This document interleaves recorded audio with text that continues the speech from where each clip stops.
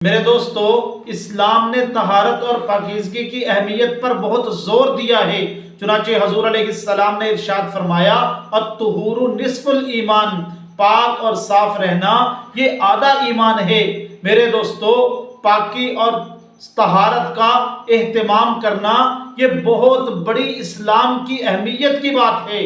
چنانچہ حضور علیہ السلام کے بارے میں آتا ہے، اللہ کے نبی صلی اللہ علیہ وسلم ایک مرتبہ سفر میں جا رہے تھے۔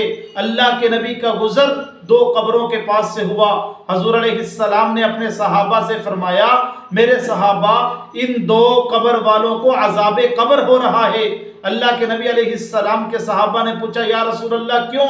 تو اللہ کے نبی نے فرمایا، ایک کو تو اس وجہ سے عذاب قبر ہو رہا ہے کہ جب یہ پیشاب کرتا تھا تو پیشاب کے چھینٹوں سے نہیں بچتا تھا، لا یستنزہ عن البول، پیشاب کے چھینٹوں کا احتیاط نہیں کرتا تھا، اس لیے اس کو عذاب ہو رہا ہے۔ اور دوسرا چغل خور تھا۔ میرے دوستو، آج ہم دیکھیں، ہم اب واش روم میں جاتے ہیں، پیشاب کے چھینٹوں کا احتیاط کرنی چاہیے، اگر کہیں پڑ جائیں تو اسے صاف کر لینا چاہیے، اسے دھو لینا چاہیے۔ اللہ کے نبی نے فرمایا، استنزہوا عن البول فإن عامۃ عذاب القبر منہم، اللہ کے نبی نے فرمایا پیشاب کے چھینٹوں سے بچا کرو، اکثر عذاب قبر پیشاب کے چھینٹوں سے نہ بچنے کی وجہ سے ہوتا ہے۔ اور میرے دوستو، اللہ کے نبی نے بیت اللہ سے لے کے بیت الخلاء تک کی زندگی امت کو سمجھائی ہے، امت کو بتایا ہے کہ بیت اللہ میں کیسے جانا ہے، مسجد میں کیسے داخل ہونا ہے، اور بیت الخلاء کے اندر کیسے جانا ہے۔ چنانچہ حضور علیہ السلام نے فرمایا کہ جب تم واش روم میں جاؤ نا تو جانے سے پہلے یہ دعا پڑھو، بسم اللہ اللہم انی اعوذ بک من الخبث والخبائث، اور اپنا بایاں پاؤ بیت الخلاء کے اندر رکھو، اور جب وہاں بیٹھو تو بیٹھنے کا طریقہ بھی اللہ کے نبی نے بیان کیا۔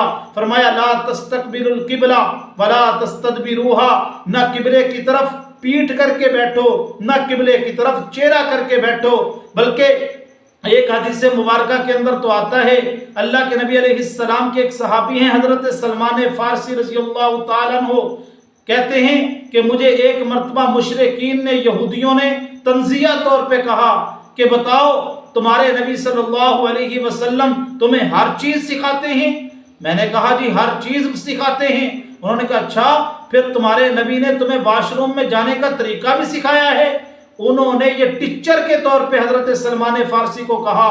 حضرت سلمان فارسی کہتے ہیں، جب میں نے ان کے تنزیہ اس طرح کے الفاظ کو سنا نا، ان کے ٹیچر کو سنا، تو آگے سے میں نے کہا، سنو، میرے نبی علیہ السلام نے فرمایا، انما انا لکم مثل الوالد بولدہ، میری مثال تمہارے اندر ایسے ہے جیسے ایک والد کی مثال اولاد کے لیے ہوتی ہے، یعنی جس طرح ایک باپ اپنی اولاد کی تربیت کرتا ہے، اسی طرح میں محمد الرسول اللہ تمہاری اسی طرح تربیت کرتا ہوں۔ اور آگے فرمایا، سنو، ہمارے نبی نے ہمیں سب کچھ سکھایا ہے، بیت الخلاء کے اندر جانے کا طریقہ بھی سکھلایا ہے۔ میرے نبی نے فرمایا ہے، لا تستقبلوا القبلہ ولا تستدبروها، نہ قبلے کی طرف پیٹ کر کے بیٹھو، نہ قبلے کی طرف چہرہ کر کے بیٹھو، نہ دائیں ہاتھ سے استنجا کرو۔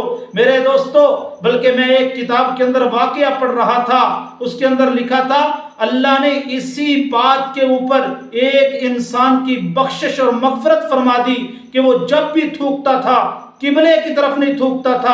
ادب اور احترام کی وجہ سے جب بھی اس کو تھوک آتی تھی، وہ یہ دیکھتا تھا کہ اس طرف قبلہ تو نہیں ہے، وہ قبلے کی طرف نہیں تھوکتا تھا۔ اللہ کو اس کا یہ عمل اتنا پسند آیا، اسی عمل کی بنیاد پر اللہ نے اس کی مغفرت فرما دی۔ اللہ عمل کرنے کی توفیق عطا فرمائے۔